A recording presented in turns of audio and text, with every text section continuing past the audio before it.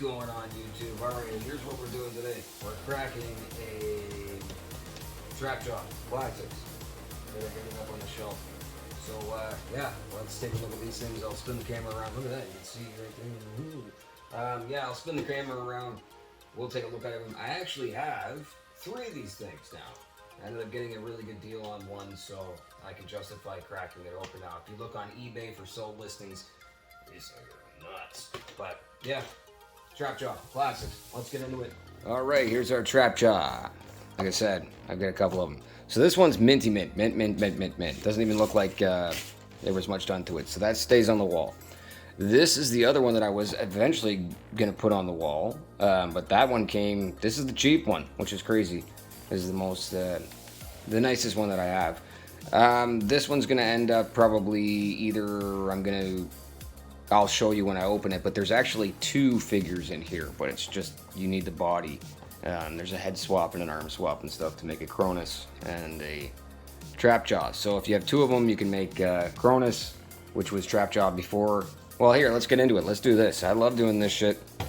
Looking at the back, we're looking at our bio for Trapjaw, right? And it's an insane criminal from the dimension of Infinitia.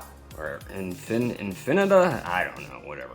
Cronus was one of several evil warriors freed from an intergalactic prison by Keldor to bolster his ranks during the start of the Great Unrest.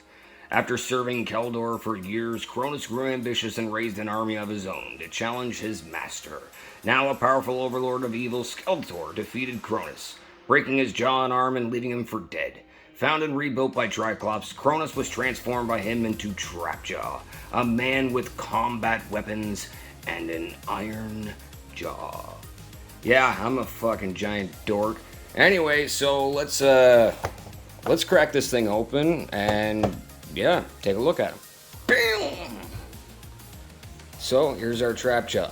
Now this is what comes in the package. You get a little clamp, right? You get a little hook, which if you don't know, you actually attach here at the arm. I usually leave his blaster on most of his Trapjaw figures, as you can tell, blasters and such, with the other versions of him behind there. Then he also comes with like I said, the Cronus head, so you can make him what he used to be before Skeletor destroyed him there, and then his arm before Skeletor broke it, which has a nice kind of metallic shine. I'm not going to get into the articulation or anything like that. Obviously, I'm a little late to the party when it comes to reviewing classics, but at the same time, too, there's a bunch of channels that do that kind of stuff way better than I ever could with the articulation. But the articulation is great. All classics, unless there's some sort of armor or something like that that's stopping them from, moving around, they have great articulation. Yeah, I'm just in love with this figure. I think this is probably one of the better classics put out. It's one of the best He-Man characters. The color scheme, everything is great.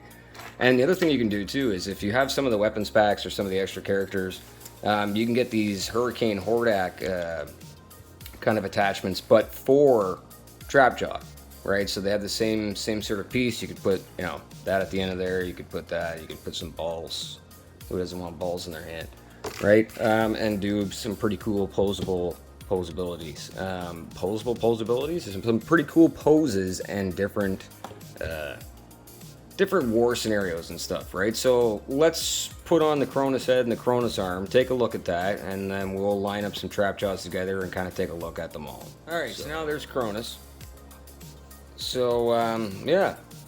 Looks great. No, obviously the Trapjaw looks way better, and that's what's probably near and dear to most people's hearts. But yeah, if you do want to get a second one, which I'm telling you, I'm really debating opening this up now.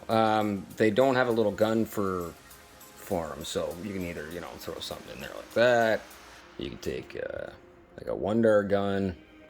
You put it in that hand. Seems to be a little bit more friendly to the wide handle stuff.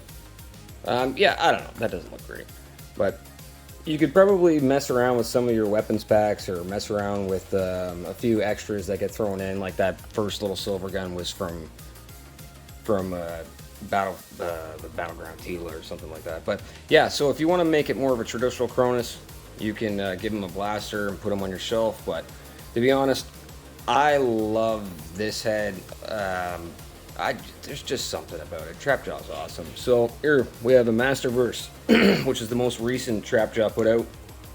Let's back that up a bit so we can actually take a look at what's going on. That's the most recent one put out. A lot of people don't really like the goofy tongue and stuff. Masterverse is a hit and miss, but I actually do like this figure. Now, mind you, it might just be because I love Trapjaw so much, but you know, that's the Origins that was put out recently.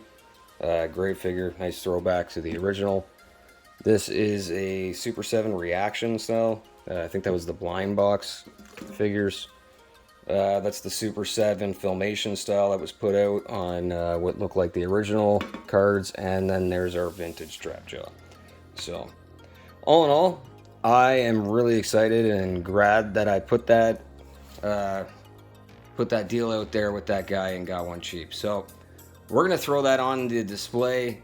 I will eventually do a video down the road where we're gonna show off all the classics and stuff, but it's a work in progress. I have so many to open. Just a little sneak peek, boom, and that's just the beginning of it. That's just ones that I want to open and get off the wall and replace them with the ones that I do want on the wall. So yeah, keep in contact, keep in touch, keep it together, keep it simple, keep it chill. Wu-Tang is for the children.